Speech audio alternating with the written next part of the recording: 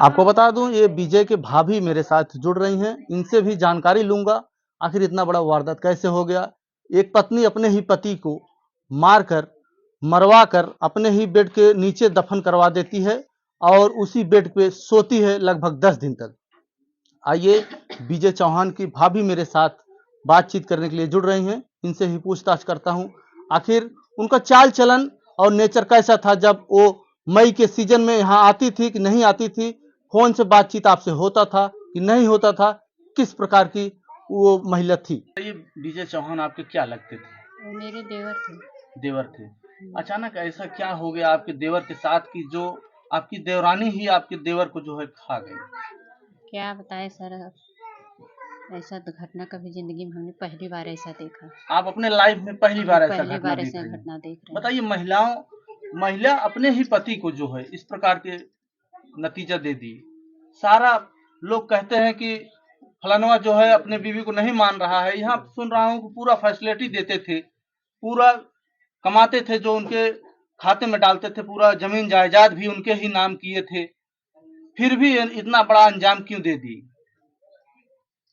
अरे जो रूम लिए थे भैया उन्हीं के नाम पे था। अच्छा। सब कुछ जितना कमाते धमाते सबको, सब कुछ एटीएम कार्ड और पैसा जितना है सब उनके ही नाम पे था। अच्छा। भैया का जितना कमा के आते शाम को उनके दे देते थे। तब भी इतना उनको क्या कमी पड़ गई कि ऐसे कदम उठा लिए। लगातार महिलाएं इस प्रकार की व्यवहार कर रही हैं अपने ही पति के साथ। कौन ऐसे पति या पत्नी के ऊपर विश्वास करेंगे? बताइए, लोग जाते हैं कमाने के लिए बाहर कि हमारे माँ बाप हमारी पत्नी सुख चैन से रहे, और कमा के आते हैं रात को जो है तो शाम को जो है अपने ही पत्नी के ऊपर भरोसा रहेगा, उन्हीं के हाथों से खाना खाएंगे। अब उनको पता नहीं है कि मेरी पत्नी मेरे ही साथ घात कर देगी। बताइए, ऐसा करना चाहिए महिलाओं को? नहीं करना चाहिए अपने पतियों के साथ। वो तो अपने पति के साथ इतना बड़ा कदम उठा लिए कि हम क्या बताएं। तो ऐसी महिलाओं के साथ क्या होना चाहिए जो इतना बड़ा अंजाम देती हैं? उनको तो ऐसी ऐसी सजा मिलने, जैसे मेरे देवर को दफन किए वैसे उनको भी सजा मिलनी चाहिए। कभी आपसे बातचीत होती थी नहीं, अपने हम जो उनसे बात नहीं करते। बात नहीं करती थी? वो भी मुझसे बात नहीं कितने करते। दिन से बातचीत बंद हुआ? अगर शादी होती, जैसे पहले आए थे 8 साल उनका शादी हो गया है, थोड़े हम थोड़ा बहुत ही बोलते थे। जब से मुंबई रहने लगी ना, हम उनसे बातचीत नहीं करते। वो भी मुझसे थोड़ा बहुत कभी कभार जब यहाँ रहती थी 1-2 दिन के लिए तभी मैं बात करती थी, नहीं तो उनसे मैं उतना लगाव नहीं रखती थी। क्यों? आपकी देवरानी थी, आपसे छोटी थी कि बड़ी थी? छोटी थी आपसे छोटी भी थी। क्यों ऐसा, मतलब उनका क्या पहले से शादी होने के बाद ही जो है चाल चलन पता चल गया क्या? हाँ, उनका नेचर जो है ना सही नहीं था। अच्छा। फिर शादी होने के बाद फिर उनके मेरे ननद की, छोटी ननद की शादी पड़ी, तो वही शादी में आई मुंबई से आने के बाद फिर उसके बाद गई। उनके अभी आए 2 साल हो गया, तब तक अभी घर नहीं आई। वहाँ जो है बतियाती थी, अफेयर चला रहे अपने मोबाइल से। भैया उनके बेटे ने देख लिया था। अच्छा। छोटे वाले 6 साल का है चेतन। हाँ।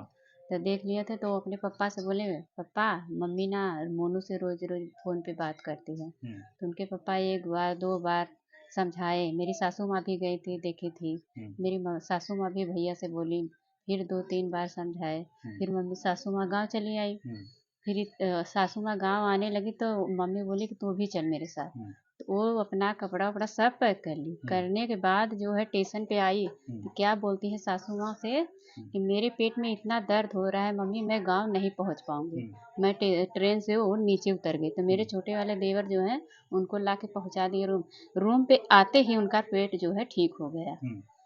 तब उसके बाद जो है वहीं पे अपना 2 महीने हो गए मेरी सासू माँ को आने।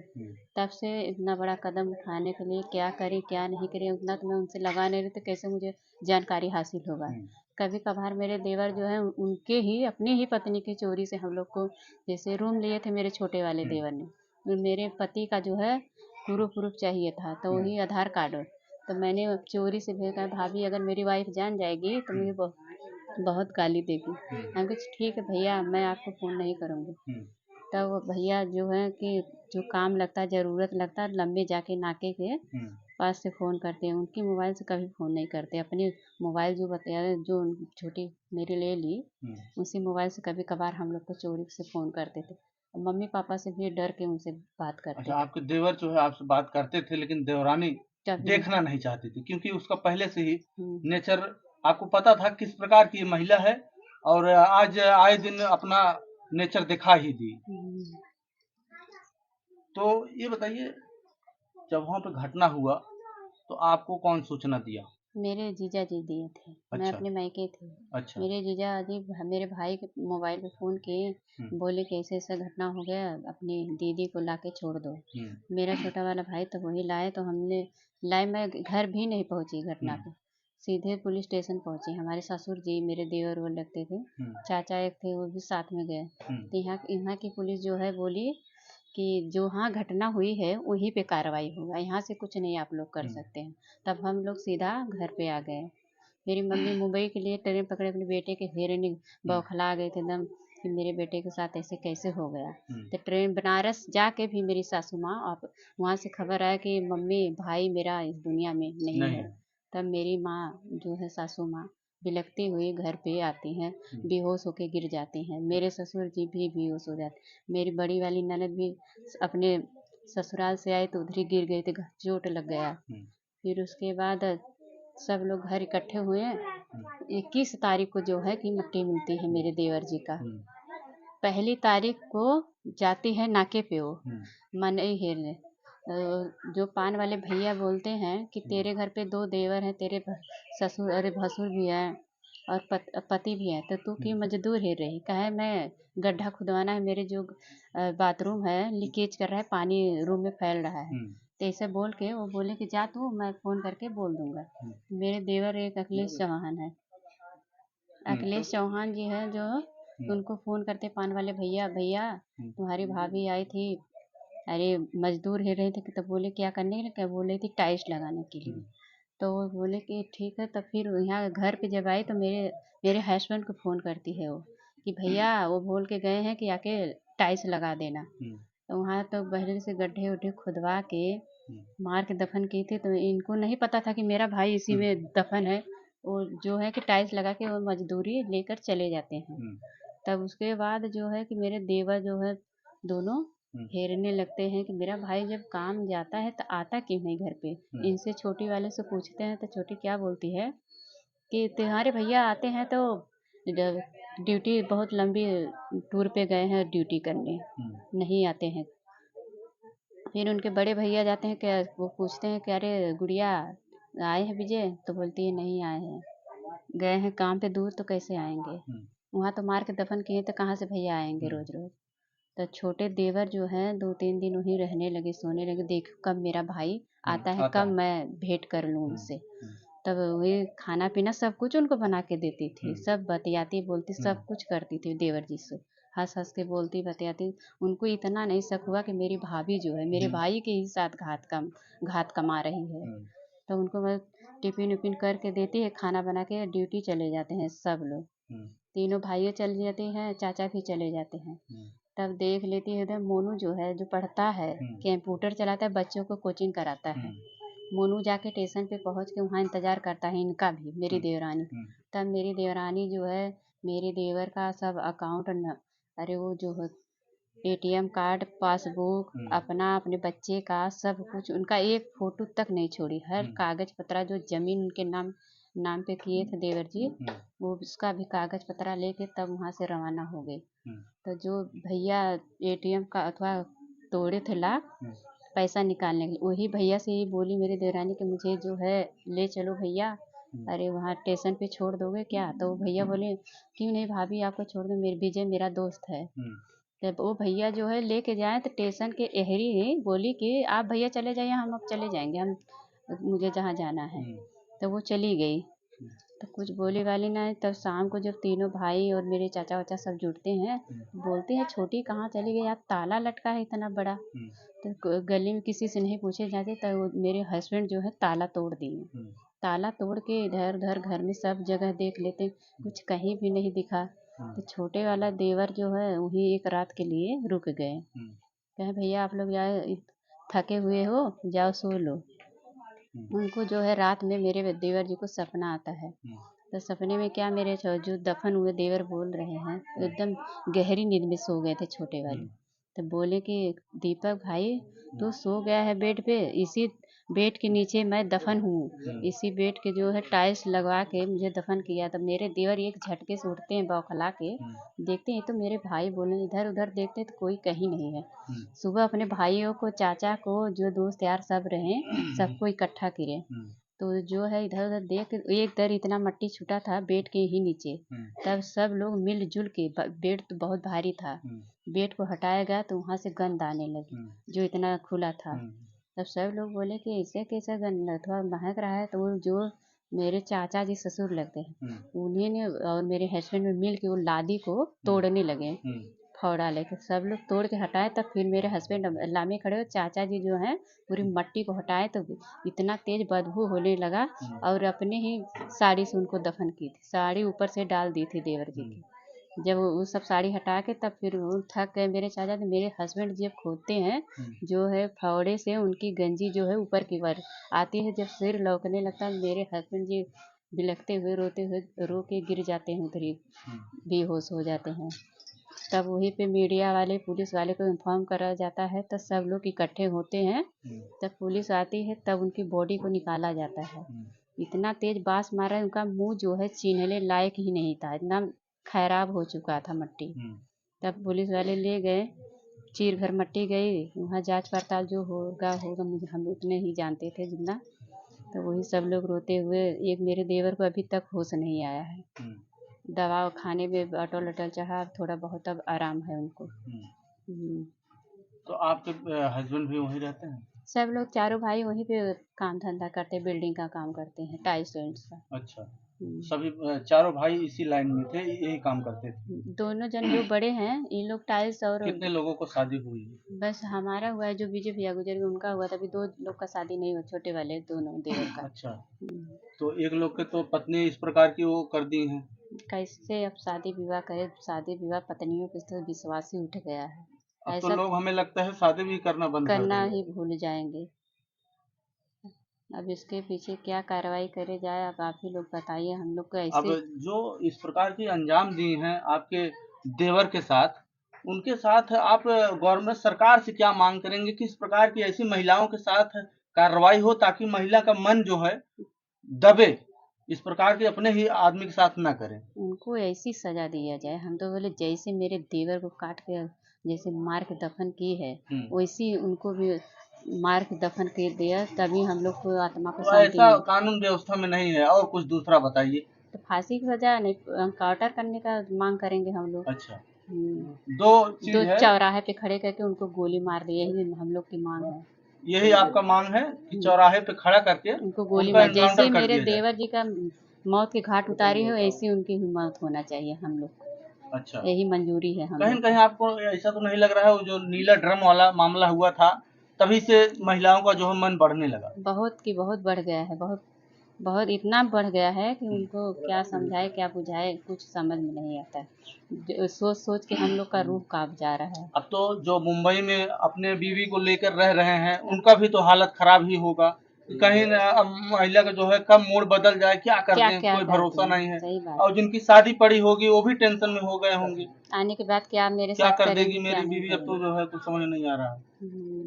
अब क्या, हम लोग खुद सोच में पड़े हैं कि ऐसी अपनी लाइफ में, मेरी शादी हुए 10-12 साल से ऊपर जा रहा है, ऐसा कांड पहली बार आपको आप देखने को मिला? ऐसी कांड हमने जिंदगी में पहली बार अपनी लाइफ में देखे। हमारे भी थे 2 बच्चे, 2 बेटी 1 बेटा भी है। अच्छा, कितने साल के हैं आप लोग? एक बेटी मेरी 14 साल की है, छोटी वाली 12 साल की है, बाबू मेरा जो है 13 साल का है। लेकिन आप तो अपने परिवार से ही सही सज्जन घर के लग रही हैं। और देखिए, माँ बाप जैसा जिस प्रकार का ज्ञान देते हैं अपने बच्चों का, उसी प्रकार के जो है बच्चे जो है आगे उसका नतीजा जरूर देते हैं, आज नहीं तो कल देंगे ही। हम भी जानते हैं, क्या हमारे पास भी बहन बेटी हैं, ऐसा ऐसा उनको कदम नहीं उठाना चाहिए जैसे मेरी देवरानी ने सब बड़ा कदम उठाने की क्या वजह था, क्या वजह नहीं था। उनको इतना मानते थे, पलकों पे बैठा के रखे थे मेरे देवर जी। जितनी कमाई थी, जितनी प्रॉपर्टी उन्हीं के नाम पे थे। अच्छा, ये बताइए, आप जिनके साथ आपकी देवरानी रंगरेलिया मना रही थी, उसका घर कहाँ था? उन्हीं के सटले ही रूम में दोनों जन का ना खुद का रूम था। ऐसे मेरे देवरानी का है, वैसे मोनू का है, दोनों जन का सटे ही रूम तो है। आपके देवर रंगे हाथ रंगरेलियां मनाते हुए कभी पकड़े थे उनको? अब इतना तो मैं जानकारी नहीं बता पाऊंगी, मम्मी ही सासू माँ ही के पता था कि थोड़े बहुत जैसे फोन कितने पे। साल से चल रहा था उन लोगों का? 2 साल से। 2 साल से। 2 साल से जैसे वो आंटी आंटी कह के बुलाता था, हाँ। तो किसी को शक शक नहीं, नहीं होता शक था। होता कि ये ऊपर जब से आंटी, नीचे से अपना जो है वो रंगरेलिया वाला जो है नियाज जब करता भैया था। चले जाते तो वो लेके स्टेशन पे कहीं कहाँ कहाँ घूमती खाती पीती, शाम को जब भैया के आने से पहले वो रूम पे हाजिर हो जाती थी। सब कुछ वही देखती थी, जो घटता बढ़ता वही लाती थी। मेरे भैया खाली ड्यूटी से आते हैं, खाना जो बना के नहीं बेकार दे देगी भैया को, खा के चुप मार के सो जाएंगे, उनको सवाल जवाब नहीं कर। गलत निगाह में देखते हैं भैया 2-4 हाथ, जैसे अपनी वाइफ को कौन गलत रास्ते पे जाने से कौन कोई नहीं नहीं, कोई रोकेगा, नहीं। 2-4 हाथ मार देते हैं तो गुस्सा। मेरे हस्बैंड अभी, मैं इतने हमारे 3 बच्चे होंगे, कभी आज तक मेरे ऊपर हाथ नहीं छोड़े। उस चाहे लायक आप कर्म ही नहीं करेंगे तो क्यों हाथ उठाएंगे कभी बताइए? ऐसी मौका हमने ही नहीं दिया। मौका ही नहीं दिया। कि मेरे हस्बैंड बहुत मुझे भी मानते हैं, लेकिन मैं अपने हस्बैंड के साथ ऐसे शरारत कभी नहीं लड़ती हूँ। मेरे जैसे हस्बैंड है, मैं विनती करती हूँ मेरे जैसे हस्बैंड, भगवान उनको हमारी भी उम्र उनको लग जाए। कहीं न कहीं जो है बहुत ही दर्दनाक और गलत हुआ, पूरे देश में एकदम हड़कंप मचा हुआ है इस मामले को लेकर। अगर इसी प्रकार से महिलाओं का मन बढ़ता रहेगा, तो कैसे लोग शादी विवाह करना बंद ऐसा कर प्रशासन लगाए कि ऐसा प्रशासन हो कि ताकि औरत जो है डरने से रूह कांप उठे उनका, कि ऐसे जिंदगी में कभी गलत कदम ना उठाए। अच्छा, जिनके साथ चल रहा था चक्कर उसकी शादी-उदी हुई? नहीं, वो तो अभी ऐसा है कि 22-23 साल का है वो। अच्छा 22। अभी जैसे और पढ़ इनकी उम्र कितनी थी? इनकी उम्र 30 साल होगी मेरी देवरानी का। अच्छा। और कंसरे वो जो भी ना पढ़ाते थे, बच्चे को कोचिंग कराता था, फिर अपना भी कंप्यूटर का सीखता फिर पढ़ता भी था। जहाँ जहाँ पढ़ने जाता था ना, तो मेरी देवरानी भी वहाँ वहाँ पहुँच जाती थी उसके साथ मिलने के लिए। कहीं अच्छा। कहीं भी घूमने फिरने के लिए रहे जगह, तो मेरे देवर जी तो ड्यूटी जाते थे, तो उनको क्या मला पता था कि कहाँ कहाँ ये जाती है। जो जो देखते थे मेरे देवर से शिकायत करते थे कि तेरी वाइफ किसी लड़के के साथ जो है मोनू है, उसके साथ जो है स्टेशन जाती है, कहाँ कहाँ तू क्यों नहीं डर। रोज रोज नया नया ड्रेस, रोज रोज नया ड्रेस बदलती थी। तो भैया पूछते भी नहीं थे थोड़ा कि मैं पूछूं वाइफ से, रोज रोज कहाँ से इतना खर्चा करके कपड़ा लाती है तू। एक दिन 2 दिन कपड़ा वो पहने, उसके बाद फेंके, फिर दूसरा लाती नया, मोनू के साथ में घूम फिर के। उसको आंटी आंटी करता था, हम लोग को खुद भी नहीं शक हुआ कि हम भी वहाँ रहे हैं। अच्छा, आप भी रहती थी? 2-4 महीने के लिए जैसे मेरे भाई का शादी पड़ा तो मैं गांव चली आई, तो इतना मुझे नहीं जानकारी, हम सोचे कि लड़का है। आप वहाँ थी तो तब भी वो आता था? आता उनके रूम में, जैसे हमें कोई पूजा वूजा वगैरह करवाती थी मेरी देवरानी, हाँ। तो हम लोग जैसे बुलाती थी, तब हम लोग चले गए। तो जैसे रूम में उनके आते थे, खाना पीना जो बनाती थी मेरी देवरानी, उनको भी जैसे पार्सल उनके रूम में पहुंचाती थी। तो हम कहे कि लड़का है, नादान है, क्या मालूम हाँ, है। अभी उम्र ही कितना है, 23 साल का है। तो हमें क्या मालूम कि इन लोगों का, हम इतना जानकारी वहाँ पे रहे भी हम नहीं सोचे। ऐसी बतियाती थी जैसे बहन के समान वो मेरी देवरानी व्यवहार सम्मान इस तरीके से देते थे। देती थी। तो हम लोग को इतना शक नहीं हुआ कि मेरी देवरानी इतना बड़ा गलत कदम उठाएगी, कि इतना घर घिनौना काम कर घिनौना देगी। काम करेगी, कि हम लोग को तनी से काने तक भनक नहीं हुआ। हम भी अपने ससुराल में रहते, माँ बाप हम पे, एक माँ बाप कोई छोड़ता है, 3 माँ दूसरा माँ बाप बाप पाता है, पाता है, भाई बहन की तरह हमने लेकिन अपने दूसरा माँ बाप पाने के बाद कुछ दूसरा भी व्यवहार करने व्यवहार लगते करने। हैं, हम ये चीज गलत है। हमने सोचा जैसे मेरे हस्बैंड के जो भाई तीनों हैं, जैसे मेरे बच्चे हैं, वो भी मेरे ही, समझ लो मेरे ही बच्चे हैं। मेरे देवरों मेरा सम्मान मेरी माँ के जैसे सम्मान देते थे बिल्कुल हम लोग बिल्कुल। को, हमको। मेरे तीनों देवर बहुत मानते थे मुझको, और वही उनको जो है, उनको जैसे कि मानते उनको भी ही थे। उन्हीं पे देवर मेरे लोग रहते थे ज़्यादा। उन लोगों की शादी विवाह जो पड़ता था कान परोजन, तभी आते थे सब लोग। सब लोग वहीं मुंबई रहते। मैं भी कभी कभार जब मन होता है एकदम ऊब जाती हूँ, तब अपने हस्बैंड को बोलती थी, तब लेके जाते थे मुंबई। अपने बच्चे को लोग छोड़ के जाती थी मैं, एक ही मेरा छोटा बेटा है शिवम, उसी को लेके जाती हूँ घूमने फिरने जब मन कहता है तभी। अच्छा। हम सोचते हैं यहाँ से चले जाएंगे तो कौन यहाँ पे वो संभालेगा, तो है। जब उनका मन ही नहीं यहाँ लगता है। जब से शादी ब्याह है तब से वो मुंबई ही रहती है मेरी छोटी वाली, कभी 1-2 महीना यहाँ पर टिक के नहीं रही।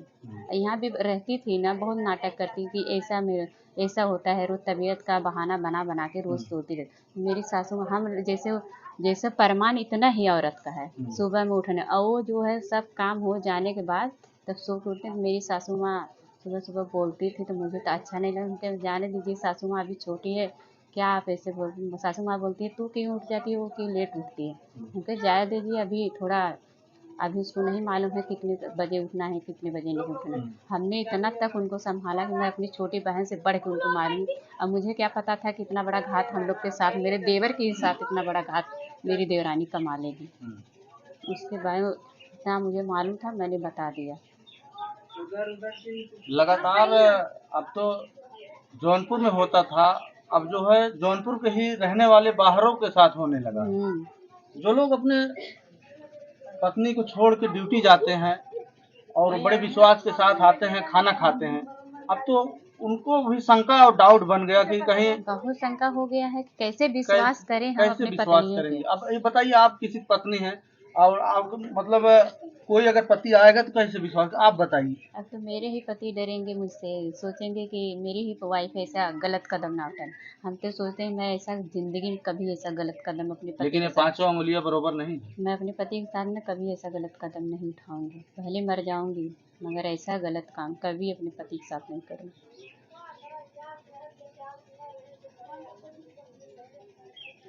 लगातार इस तरीके से जौनपुर में घटना घट रहा है और जो लोग बाहर अपने बीवी को लेकर रहते हैं मुंबई प्रदेश में, उनको क्या संदेश देंगे आपकी अपने पत्नी से किस प्रकार से रहें, सावधानी से रहें। अगर वो ड्यूटी से आते हैं खाना चेक करना पड़ेगा उनको कि विश्वास के साथ खा लें, इसी प्रकार का नहीं नतीजा खाना चाहिए, हाँ? पहला कवर उन्हीं को खिलाए। यही आपका मांग है और संदेश है लोगों में संदेश के कि पहला कवर उनको खिलाएं। पहला कवर खिला के चेक कर लें तभी अपने पतियों को खाना खिलाए। अच्छा, यही मेरा सबसे लोगों को संदेश है देश परदेश में, देश जो लोग परदेश बाहर अपने बीवी को लेकर रह रहे हैं। पहले खाना से देने से पहले उनको बैठा के आज जो बना रही है उसको खाना पहले उनको ही खिलाओ, तभी विश्वास पत्नियों पर करो, नहीं मत करो। हम तो कह रहे हैं ये आज एक अलग संदेश दे रही हैं पूरे देश में। जनता जनार्दन से मैं हाथ जोड़ के विनती करती हूँ, जो पत्नी अपने पति को खाना खिलाने से पहले वो कवर और अपना ही खुद खाए, और तभी अपने पति के सामने खाए, सामने खाए, आड़े बेड़े नहीं खाए। जो थाली का खाना लेके उसी खाने में से 2 कवर 3 कवर खा के चेक कर तभी पति खाना खाए। ये तो आपका बहुत ही अच्छा संदेश है और पूरे देश में हाथ जोड़ के मैं विनती करूँ, पहला कवर उन्हीं को निवाला किया। अगर क्या कहते हैं पत्नी प्रवर्तक क्या कहते हैं उसको, पति परमेश्वर है, तो अगर इस प्रकार की महिला मानती होंगी तो ये काम जरूर करेंगी। करेंगे अपने पति को से मैं भी करूंगी। अपने पति को अगर परमेश्वर मानती होंगी तो इस प्रकार का काम जरूर करेंगे कि खाना बनाएंगे, पड़ेगा उनको। खाना बनाएंगे, खाना पहले अपना खाए फिर अपने पति को खिलाओ, क्योंकि ऐसा कांड हो जा रहा है कि लोगों को विश्वास खत्म हो जा रहा है। विश्वासी औरत पर से एकदम विश्वास उठ गया है। तो आपका यही संदेश है, मेरा यही संदेश है हर इतवा से जो लोग बाहर हैं, बाहर भाई बहन जहाँ क्योंकि अपने माँ बाप से दूर हैं, वो महिलाएं मनबड़ हो जाती हैं, कुछ भी कर सकती हैं। उनके लिए ये संदेशा है कि ये पहला निवाला जो थाली में खाना अपने पतियों को लेके आ रही हैं, पहला निवाला उन्हीं को बैठा के 3-4 कवर खिलाए, ताकि हाँ मुझे तसल्ली हो, तब मैं वो निवाला अपने पति को खिला सकती हूँ। तो अगर खाना तो आपने बता दिया, अगर कहीं पानी मिला के दे दी तो पानी भी चेक करना चाहिए। पानी भी चेक करके दे। अगर मान लीजिए कोई पति होते हैं अपने पत्नी के जूठ नहीं पीते हैं, तब क्या होगा? अरे कैसे नहीं पियेंगे, पीना पड़ेगा। साथ में रहना है तो साथ में अगर साथ निभाना है पतियों को, पत्नी को ऐसा करना चाहिए। पत्नी जो है बहुत विश्वासघात कर रही है पतियों के साथ, कभी पानी में तो कभी खाने में क्या क्या डाल के दे रही है। और ये भी संदेश होना चाहिए, जो लोग शादी कर रहे हैं उनको भी शपथ लेना चाहिए कि अगर हमारी बीवी हमारे साथ रहेगी और हम उनका साथ निभाऊंगा, ये काम करेगी तभी होगा कि वो खाना बनाए और पहले खुद खाए, पानी भी अपना थोड़ा पिए, तब जो है इस बात को निभाते हुए तब शादी करने के लिए तैयार हो। हाँ, राजी हो, नहीं तो शादी ही नहीं करे। यही आपका संदेश? यही मेरा संदेश है। जय भारत, जय हिंद। तो आपको बता दूं, जनपद जौनपुर में इस घटना को लेकर जो महाराष्ट्र में घटना घटा हुआ है, उस मामलों को लेकर उनकी भाभी जो है एक ऐसा पूरे देश के लिए संदेश दी है कि अगर कोई भी पति अपने पत्नी को लेकर बाहर रहता है तो वह खाना खाने से पहले अपने पत्नी को खिलाए 4 कवर और उसके बाद पानी पिलाए, तब वह खाना खाए। उसी थाली से खिलाए जिस थाली में खाना लेकर आती है, क्योंकि जिस प्रकार से घटना हुआ है विश्वास एकदम महिलाओं के ऊपर खत्म हो गया है। जो लोग, खास करके जो लोग अपने पति को लेकर बाहर रहती हैं महिलाएं, एक इनकी भाभी हैं जो कांड हुआ है, उनकी भाभी खास करके आज ऐसा संदेश दी है कि लोगों को इस संदेश को लेकर बात मानना पड़ेगा, जो लोग बाहर रहते हैं अपने पत्नियों को लेकर। तो इनके बीच में उपस्थित था जिनका नाला सुपारा में पत्नी ही अपने ही पति को अपने ही रूम में अपने आशिक के साथ मिलकर दफन करवा देती है। उनके परिवार में उपस्थित था, इनके भाभी थी, इनसे भी पूरा बातचीत हुआ है। उनकी मां का कंडीशन बहुत ही गड़बड़ है, क्योंकि लोग आते हैं इतना बातचीत कर रहे हैं कि उनका जो है गला बैठ गया है। और मैं आपको बता दूं, इस खबर को देखकर आपको क्या लगता है अपना राय कमेंट में जरूर दें, क्योंकि लगातार उत्तर प्रदेश में घटना तो घटता ही था, लेकिन उत्तर प्रदेश के रहने वाले व्यक्ति जो बाहर हैं उनके साथ भी इस प्रकार की घटना घट रही है। इस वीडियो को देखकर आप लोगों को क्या लगता है अपना राय कमेंट में जरूर दीजिएगा। और इनका संदेश जो है पूरे भाई व बहन व कोई भी हो जो बाहर रहते हैं, खास करके उनके लिए इनका संदेश कैसा लगा, खाना खाने से पहले खिलाया जाए, इनका संदेश कैसा लगा, इस संदेश में भी आप लोग कमेंट में जरूर बताइएगा। जय हिंद।